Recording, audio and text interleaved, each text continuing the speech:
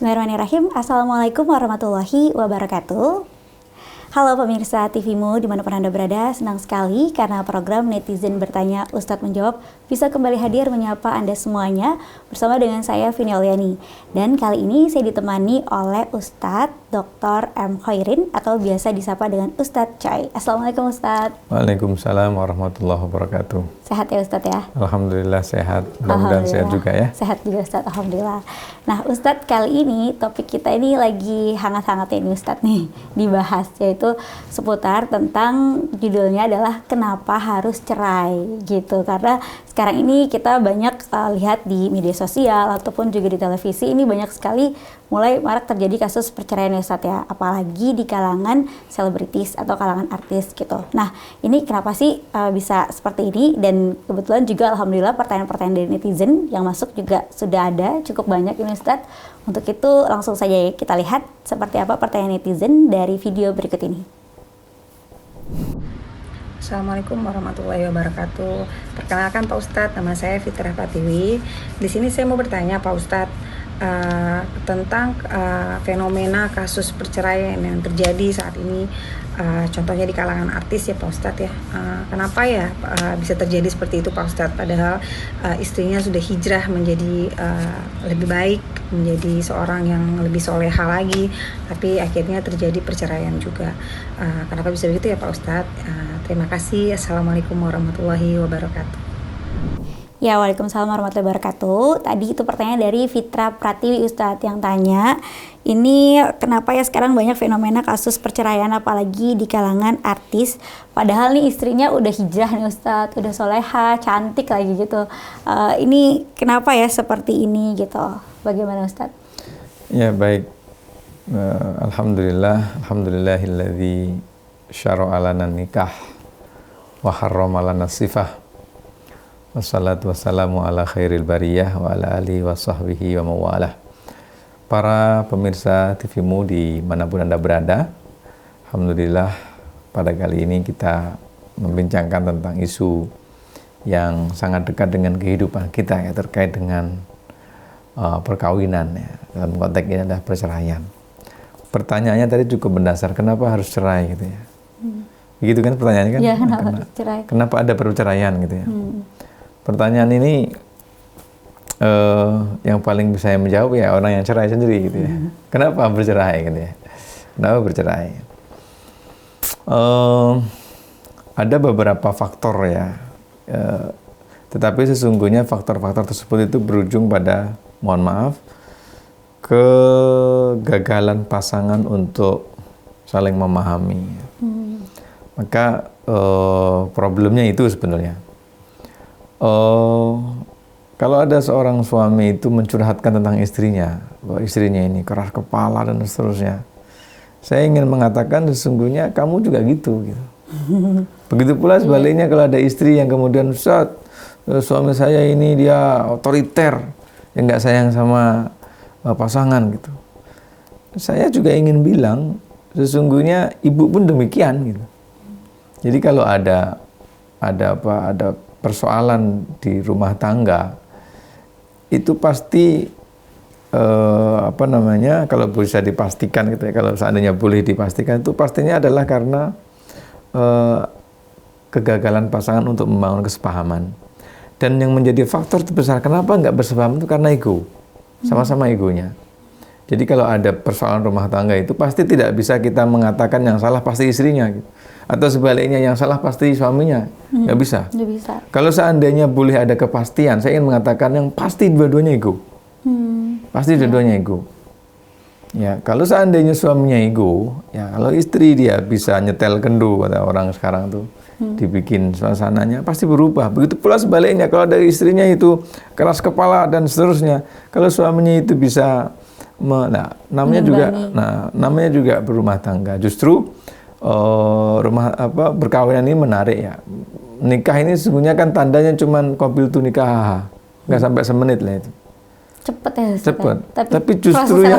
Tapi justru yang paling berat itu bukan akad nikahnya, tapi adalah mempertahankan dan memperjuangkan kelanggengan rumah tangganya itu. Nah oleh karena itu kalau kembali kepada pertanyaan kenapa harus cerai, maka secara simpel saya ingin mengatakan orang cerai itu seringkali karena mereka, pasangan ini adalah gagal membangun kesepahaman di dalam rumah tangga. Ini bukan soal suami yang harus bagaimana, bukan soal istri yang harus seperti apa. Ada apa tadi? Istrinya sudah hijrah, misalnya soleha. Istri apa? Istri bidadari gitu ya. Ini bukan soal itu ya. Tapi tadi soal kemampuan dia itu untuk menekan egonya dan kemudian menharmonisasinya dengan pasangan. Laki-laki mungkin bisa aja ngomong. Ketika sudah melewati kehidupan rumah tangga setelah belas tahun. Ternyata istri cantik itu nggak penting. Masa Ustadz? Begitu, kenapa Ustadz? Karena istri cerdas itu juga nggak penting.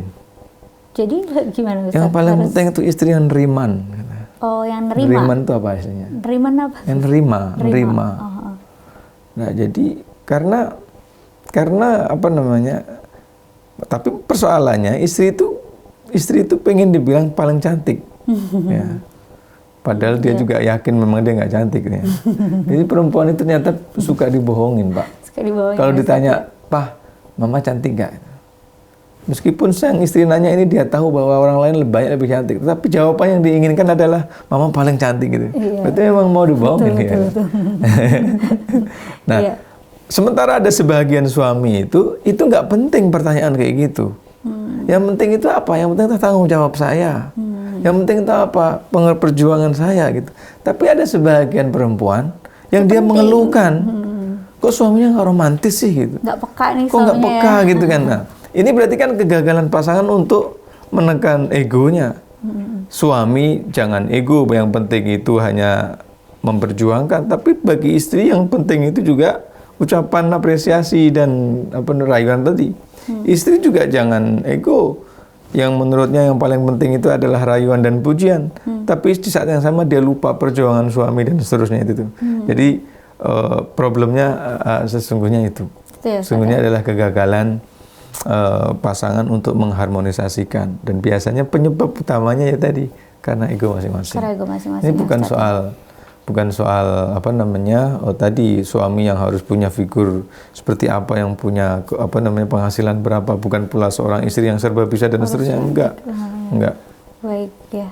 Baik, terima kasih Ustadz. Jadi itu pentingnya untuk mengharmonisasikan ya Ustadz ya, visi dan misi juga dalam kehidupan rumah tangga ya, agar bisa selaras dan sejalan. Baik, kita akan kembali membahasnya Ustadz, tapi kita simak dulu, dan juga pemirsa kita simak dulu yang berikut ini.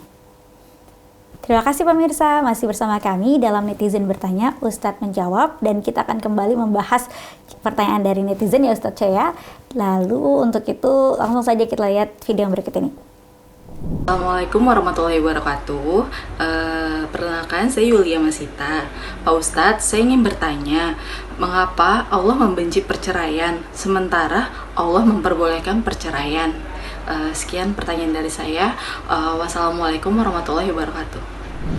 Waalaikumsalam warahmatullahi wabarakatuh. Itu tadi pertanyaan dari Yulia, Ustadz, yang tanya kenapa Allah membenci perceraian, tapi di lain sisi juga Allah memperbolehkan perceraian ini Ustadz. Iya, baik, terima kasih.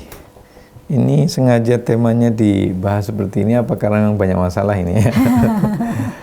Baik, gini, saya sebelum menjawab itu saya ingin nambah satu insert yang tadi terkait dengan kegagalan pasangan untuk membangun keharmonisan. Yang kedua, yang seringkali membuat orang bercerai itu juga nggak syukur begini. Karena kebahagiaan itu relatif. Saya ngasih contoh begini. Ada seorang suami yang dia ini datang dan kemudian mengeluhkan, "Ustadz, istri saya sibuk banget." Terus gimana? Ya kalau memang dia nggak boleh kerja, masalahnya udah kerja, udah menikmati dunia kerjanya, sehingga pulang nggak. Disuruh kerja nggak mau. Nah, suami ngerasa ketika istrinya disuruh berhenti kerja nggak mau, merasa dianggap sebagai sebuah penentangan gitu ya, ngelawan suami. Tapi istri ngelihatnya nggak kayak gitu, kan dulu udah diizinin, konsekuensi dong gitu ya. Saya ingin bilang kepada para suami dalam konteks ini ya, ada seorang suami itu yang ketika istrinya orang rumahan, dia juga nggak bisa menikmati. coba kayak sana, coba kayak si itu, gitu kan. Coba si ini, kamu di rumah mulu, gitu kan. Nah, jadi dia nggak mensyukuri keadaan istrinya. Tapi giliran istrinya kerja sibuk, dia ngerasa nggak dilayanin. Iya, Nah, begitu. Nah, perempuan itu juga begitu. Perempuan dulu berdoa ketika suaminya miskin itu, suaminya berdoa, ya Allah, Tambahkan pokoknya awalnya gini, apapun keadaannya yang penting kami selalu berdua. Bisa bersatu, iya. Dan betul doanya dikabulin, sehingga suaminya nggak kemana-mana, ya dia berdua di rumah mulu kan, susah ya. Susah jadi. Susah ya di rumah, secara ekonomi karena di rumah terus kan gitu, nggak kemana-mana kan. Iya. Akhirnya dia rubah doanya, ya Allah tambahkan rezekinya, suaminya sibuk betul. Ketika Allah kabulkan, suaminya sibuk, dia pun nyesel. Ya Allah, kalau tahu begini, suami Nggak ada sibuk jarang waktu. di rumah, Iya. anak nggak diperhatiin. Memanglah fasilitas terpenuhi, perusahaannya maju, bahkan dengar-dengar ini juga ada buka cabang baru, cabang kantor maksudnya. Dan mungkin juga cabang itu juga itu. Jadi itu nyesel gitu. Ada yang kayak gitu juga. Kalau tahu begini, saya mending dulu nggak usah doa suami, kayak gitu ya. Nah, ini berarti kan apa nih masalahnya nih? Berarti kan kegagalan pasangan untuk bisa mensyukuri apa yang dimiliki. Itu ya. Nah, oleh karena itu, tetapi yang ingin saya sampaikan, kenapa perceraian itu dibolehkan padahal dibenci? Nabi menyebut abghadul halal indallahi at-talaq. Jadi sesuatu yang dibenci oleh Allah tetapi itu halal, itu adalah tolak. Jadi cerai itu halal tapi dibenci. Dibenci tapi dia halal gitu kan. Nah, poinnya adalah menikah itu dan bercerai itu sesungguhnya dalam konteks untuk menegakkan hukum-hukum Allah. Makanya ketika kita membaca ayat-ayat tentang pernikahan, itu selalu ada perkataan hududullah. Wa may yata'adda hududallah. Maka barang siapa yang menyalahi, melanggar hukum-hukum Allah dalam konteks. Nah, oleh karena itu, ketika kita ini disyariatkan untuk menikah, maka pasangan suami dan istri itu yang menjadi kewajibannya adalah menegakkan hukum-hukum Allah, ketentuan-ketentuan Allah. Kalau suami, kewajiban dan ketentuannya apa? Menjadi qawam, pemimpin rumah tangga, ya, mendidik pasangannya, mendidik anak-anaknya, memastikan supaya anak keluarganya ini masuk ke surga suaminya. Ini ketentuan Allah. Di saat yang sama istri, apa kewajibannya? 1, 2, 3 gitu. Nah, ketika hubungan rumah tangga ini tidak bisa dipergunakan untuk menjaga ketentuan Allah, maka ada exit way. Exit way. Jadi sebenarnya sebagai solusi Ustaz, exit way-nya apa? Iya. Exit way-nya adalah perceraian. Perceraian itu. Nah, dengan demikian, sebagaimana pernikahan itu disyariatkan untuk menegakkan ketentuan dan hukum-hukum Allah, maka perceraian itu pula disyariatkan oleh Allah untuk menegakkan ketentuan Allah. Baik. Jangan sampai seperti orang lain yang mereka tidak memiliki konsep perceraian, tetapi kehidupan rumah tangganya seperti apa? Seperti sekam, ya, begaduh terus begitu. Nah, kalau begaduh terus berarti kan ketentuan Allah, ketetapan Allah kan nggak tertegak dalam rumah tangga itu. Nah, oleh karena itu maka kemudian exit-nya adalah dengan perceraian. Nah, oleh karena itu perceraian dalam Islam itu dilakukan dengan penuh keadaban dan tanggung jawab. Bukan kayak orang kita. Orang kita ini kalau sudah perceraian babak belur, masuk pengadilan, nggak selesai-selesai. Pengadilan sudah diputuskan pun akhirnya anak terlantar, istri terbiar, keluarga besan nggak tegur sapar lagi. Nah, mestinya nggak boleh kayak begini. Kalau bercerai, maka perceraian dengan yang baik, beradab. Sebagaimana bersatunya adalah baik, menegakkan hukum Allah, maka bercerai juga dalam konteks itu. Maka kemudian ada istilah sadak. Seorang perempuan itu kalau sudah bercerai, maka suaminya punya tanggung jawab itu untuk memberi nafkah ibaratnya. Nah, termasuk apalagi anaknya. Dan itu biasanya qadhi atau hukum pengadilan itu menentukan. Tapi kalau kita boleh sekedar mention seberapa banyak para suami itu yang kemudian setelah cerai dengan pasangannya seolah nggak punya tanggung jawab terhadap kehidupan anak-anaknya. Ini kan berarti kan bukan untuk menegakkan ketentuan Allah, tapi lebih kepada untuk lari dari persoalan itu. Baik Ustadz, jadi seperti itu Ustadz. Jadi ya, exit itu way. exit Nah, way. yang tidak boleh itu adalah menjadikan ketentuan itu sebagai mainan. Jangan mentang-mentang halal kemudian mudah cerai kawin. La tattakhidhu ayatillahi huzwa. Jangan kamu jadikan ayat-ayat Allah, ketentuan Allah sebagai bahan permainan. Nah, itu yang nggak boleh.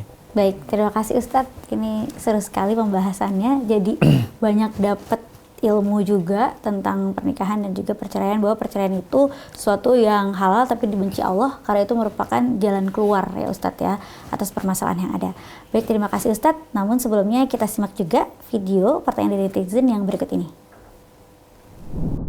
Assalamualaikum Pak Ustadz, saya mau nanya bagaimana kriteria dan sifat laki-laki yang cocok dijadikan calon suami.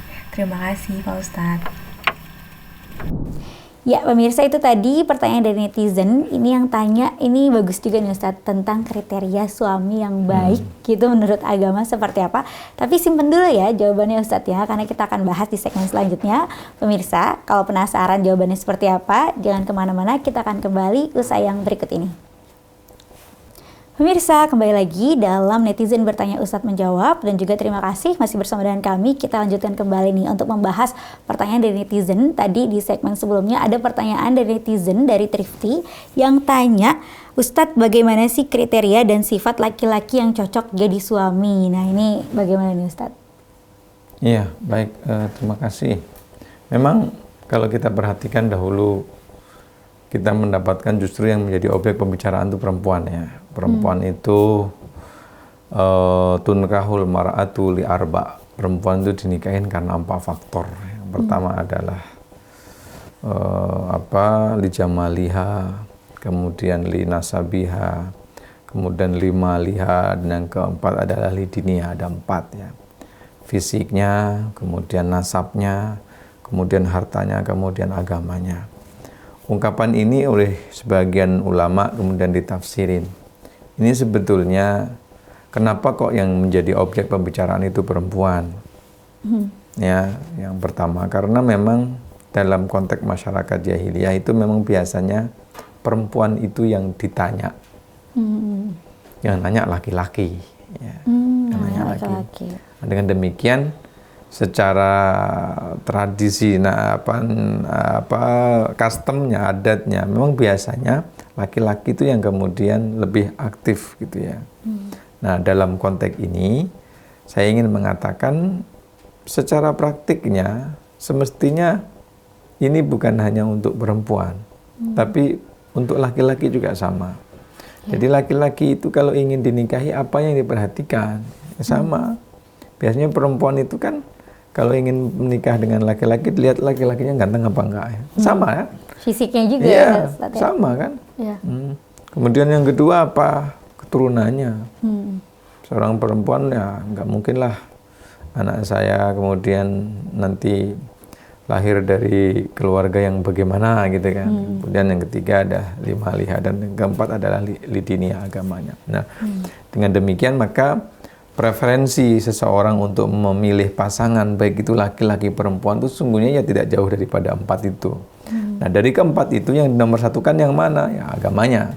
Maka orang-orang tua kita dulu menasihati kalau kamu tuh menikahlah sama orang yang baik agamanya. Sebab kenapa? Kalau seandainya kamu itu nanti kaya sama dia, cara dia memuliakan kamu tetap dalam koridor syariah. Karena dia agamanya bagus. Ya. Begitu pula kalau seandainya suami kamu itu nanti susah miskin, dia tetap memuliakan kamu secara baik. Kenapa? Kalau seandainya marah pun marah dalam konteks yang benar gitu kan. Nah, ini. Tapi sesungguhnya begini, yang lebih penting tadi saya bilang, yang lebih penting itu bukan hanya sekedar preferensi itu, tetapi adalah kesiapan kita untuk menerima pasangan kita. Kita itu, saya termasuk yang mengikuti teori, nggak semestinya suami istri itu memiliki preferensi yang sama dalam segala hal. Jadi nggak harus sama. Nggak harus sama. Bisa berbeda tapi saling melengkapi ya Ustadz ya. Betul. Nah, jadi kemudian jangan milihnya harus sama, makanannya harus sama, semuanya harus sama. Itu nggak logik dan nggak manusiawi gitu. Tetapi keluarga yang bahagia itu keluarga yang sama-sama consider, yang sama-sama appreciate, yang sama-sama menerima apa yang dimiliki oleh pasangan. Nah, tapi lagi-lagi ketika Imam Khalifah yang keempat Ali bin Abi Thalib itu menafsirkan doa Rabbana atina fid dunya hasanah, itu maksudnya apa? Maksudnya adalah istri yang baik. Jadi hasanah di dunia itu adalah mar'atus sholihah. Wa fil akhirati hasanah itu adalah hurun ain. Nanti di akhirat mendapatkan yang hasanah. Maksudnya apa? Bidadari surga. Wa qina adzabannar, dan jauhkanlah aku daripada api neraka. Adzabannar itu diterjemahkan oleh ditafsirkan oleh Imam Ali itu apa? Perempuan yang su'ul khuluq, akhlaknya buruk. Akhlaknya buruk. Nah, jadi Imam Ali ketika berdoa Rabbana atina fid dunya hasanah itu Imam Ali berdoa minta ketika di dunia dapat istri yang soleh. Wa fil akhirati hasanah, dapat surga bidadari, kan pasti di surga dong. Nah, dan kemudian wa qina adzabannar. Ini saya membayangkan ternyata perempuan yang cerewet itu digambarkan oleh Imam Ali sebagai azab. Neraka dong. Iya kan? Nah, Aduh, jadi dalam konteks ini saya ingin mengatakan seburuk-buruknya lelaki, seburuk-buruknya lelaki itu yang paling tidak bisa dia nerima itu kalau dia istri cerewet. Ya. Apalagi lelaki itu baik, pasti nggak suka cerewetin. Tetapi para lelaki harus paham juga. Pahamnya apa? Karena justru salah satu cara yang paling efektif untuk menjadi seorang wali itu adalah sabar dengan perangai istri. Nah, makanya pahalanya nanti besar di surga nanti. Masa pengen dapat bidadari di surga nggak sabar, mudah gitu ya. Nah, ini ya kesepahaman begini yang harus dibangun. Ya. Baik. Ya, itulah kira-kira. Baik, luar biasa sekali Ustadz, terima kasih. Jadi ternyata itu tadi sama, tapi penting juga untuk saling melengkapi, dan juga ternyata istri yang baik atau pasangan hidup yang baik itu adalah surga di dunia Ustadz ya. Baik, jadi kalau ini enggak ya neraka tadi. neraka tadi. Jadi kita semoga bisa menjadi pasangan yang baik bagi pasangan kita semua masing-masing Ustadz ya. Dan masih ada satu pertanyaan lagi nih Ustadz, kita simak ya video yang berikut ini. Assalamualaikum warahmatullahi wabarakatuh. Pak Ustadz, saya Desita dari Yogyakarta. Izin bertanya Pak Ustadz, kira-kira bagaimana kunci agar rumah tangga tetap harmonis? Terima kasih Pak Ustadz. Wassalamualaikum warahmatullahi wabarakatuh. Ya, itu tadi pertanyaan dari Desita Ustadz yang tanya kunci rumah tangga agar harmonis nih bagaimana Ustadz? Nih sedikit saja sekaligus terima kasih. kesimpulan. Begini ya. Jadi rumah tangga ini kan suami istri, dan nanti kalau udah punya anak. Yang seringkali menjadi problem itu karena sesungguhnya berasalnya dari hati. Dan hati yang pegang adalah Allah. Nah, sehingga ada semacam teori bahwa hubungan kita dengan pasangan itu ditentukan oleh apa ini namanya nih? Segitiga. Ya. Bayangin kalau yang kanan ini adalah laki-laki, suami, yang kiri ini adalah istri. Coba kita anggap di sini ada ring ya. Ada ring. Kalau seandainya seorang suami yang di atasnya Allah, yang di atasnya Allah. Kalau seandainya seorang suami itu dia jauh dari Allah, posisinya di sini. Istri juga jauh dari Allah, posisinya di sini. Kalau jauh dari Allah, berarti kan suami istri menjauh ya. Sini sama sini kan jauh. Tapi kalau seandainya suami ini mendekat sama Allah, istri juga mendekat sama Allah, maka kan akhirnya jadi dekat nih. Paham nggak maksud saya ini? Iya, paham. Iya kan? Iya, jadi dekat. Nah, sebaliknya kalau seorang suami itu dia mendekat, istrinya menjauh sama Allah, kan juga jauh juga. Iya, antara ring sini dengan ring atas. Begitu pula sebaliknya kalau istri yang dekat ke atas sama Allah, laki-lakinya jauh di bawah, nggak bisa dekat juga.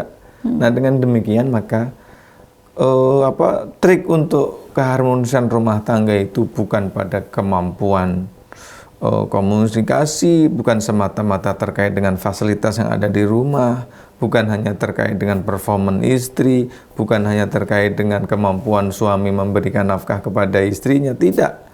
Semuanya itu iya tentu, tetapi yang jauh lebih penting adalah ketika seluruh anggota keluarga itu dia mendekat sama Allah. Ketika sudah mendekat sama Allah, maka dekat nanti di hatinya. Maka ya udah melepaskan nggak apa-apa, udah memahami, memaklumi. Lapang aja gitu Ustaz, Iya, ridho Ustaz ya, dan iya. nggak ada kekhawatiran atau overthinking gitu karena semuanya diserahkan kepada Yang Allah. sering Ustaz, jadi ya. masalah itu karena kita punya apa? Kita punya Ekspektasi mungkin yang berlebihan. Ekspektasi yang tinggi itu yang membuat kita sering kecewa. Baik, jadi intinya kalau mau rumah tangga harmonis, tadi salah satunya adalah dengan mendekatkan diri kepada Allah ya Ustadz ya. Dua-duanya, baik suami maupun istri, begitu ya Ustadz ya. Baik, terima kasih banyak Ustadz Choi atas tadi nasihatnya dan juga pencerahannya. Mudah-mudahan bisa bermanfaat untuk kita semua dan kita semua bisa dijadikan pribadi yang baik ya Ustadz ya, terutama untuk keluarga dan pasangan kita masing-masing semuanya. Amin. Dan pemirsa, terima kasih juga telah menyaksikan Netizen Bertanya Ustadz Menjawab. Tidak terasa kita sudah di penghujung acara. Jangan lupa bagi teman-teman pemirsa TVmu dan juga netizen yang ingin bertanya, bisa bertanya melalui DM ataupun melalui video ke Instagram @netizenbertanyatvmu. Dan saksikan kami nanti pertanyaan yang terpilih akan dibahas di studio oleh Ustadz yang bersangkutan. Baik pemirsa, tidak terasa kita harus berpisah. Saya Vini Auliani dan juga Ustadz Choi serta seluruh kerabat kerja yang bertugas, kami mohon undur diri pemirsa. Wassalamualaikum warahmatullahi wabarakatuh. Sampai jumpa.